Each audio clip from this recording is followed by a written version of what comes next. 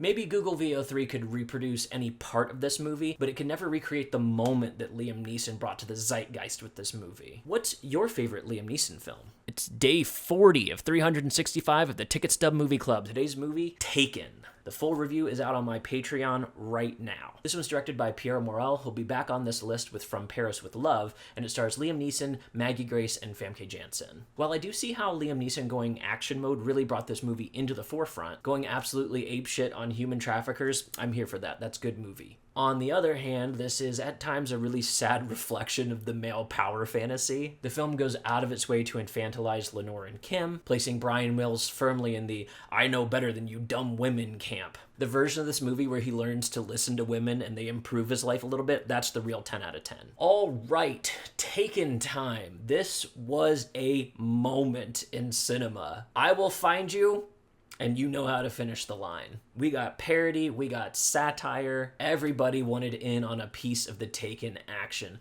This movie just really grabbed the zeitgeist. I think it was really expressing something we all want to see fulfilled internally, and that's really evil people getting absolutely murdered for what they do. The bit towards the end where one of the guys says, "Oh, it was only business," before Bryan unloads a full rest of the clip into his chest and face.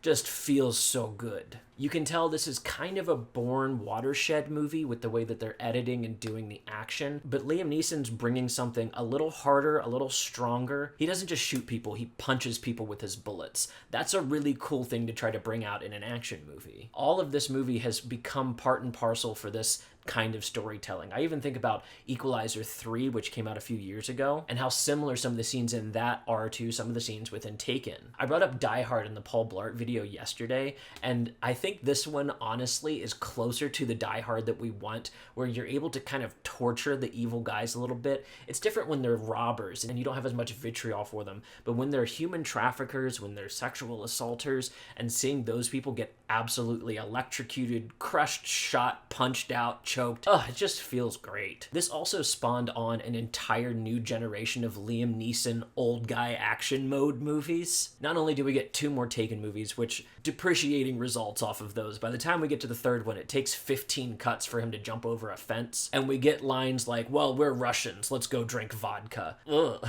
It also gave us a string of Redbox-style movies where he's an old guy beating the shit out of Eurotrash that just became a genre on its own. I also brought up in Transporter the fact that that movie has a really feminist read and take to it, and I find it interesting that this movie is the exact opposite. This is full male power fantasy. One guy is an army against a ton of other people. He's unstoppable. He can't be killed. And we want that because his mission is pure. He's a father trying to rescue his daughter. But when we dive into the characterizations of him and his family, I think that's where the phrase really start to show. The opening of this movie where he shows up to his daughter's birthday is borderline hard to watch, as Lenore is being absolutely terrible as a mother to be around. Her characterization is totally infantilized, totally like mom aggro, and it really diminishes what could have otherwise been an interesting character, where maybe she broke up with him because he doesn't listen to women at all, and that could have been his thing to overcome. Instead, he's just right about everything, all the time. He's always right. We should have listened to Bryan Mills the whole time.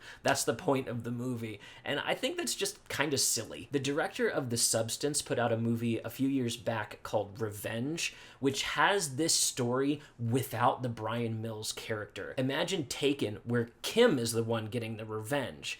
That makes it that much more visceral, and the movie's way more colorful. The action is way more over the top in comparison. I highly recommend checking that one out if you enjoyed Taken.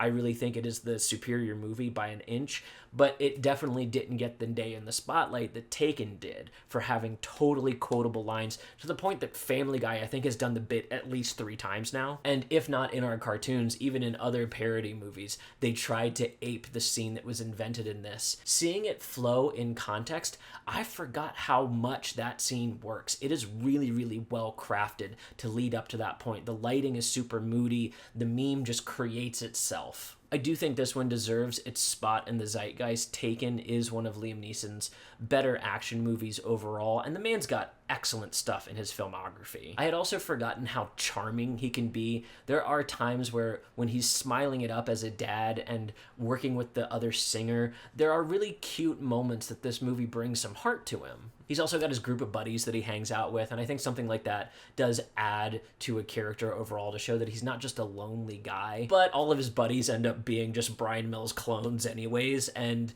I don't know, maybe it's just the old Film Rescue host in me that wants a little bit more out of our really, really good stuff. Apparently the world thought this was good stuff because this movie made all of its money back and then some. That makes sense why they greenlight 2 more of these movies, but I really feel like if you need another trilogy, the Equalizer trilogy's doing this stuff a little bit better and a little more interestingly. And then, like I said, Revenge is the one to check out if you want the amped up to 11 version of this story. I'm definitely not begrudged to turn this movie off if it's on TV. The action sequences are always going to hit, but then it really meanders during the conversational dialogue scenes. There's no real meat within them, so it doesn't feel like there's any extra layers to pull out of it. And those are the places I really feel like this is the most lacking, if I'm going to have any critique at all. This is one of those movies that, like, I'm so happy to see it on that maybe I don't even have to critique it, but I wanted to do it for this video specifically as we talk about male power fantasy with Paul Blart, and then this one is like a double feature. I have a running list of these movies over on my Letterboxd if you want to talk to me about them there,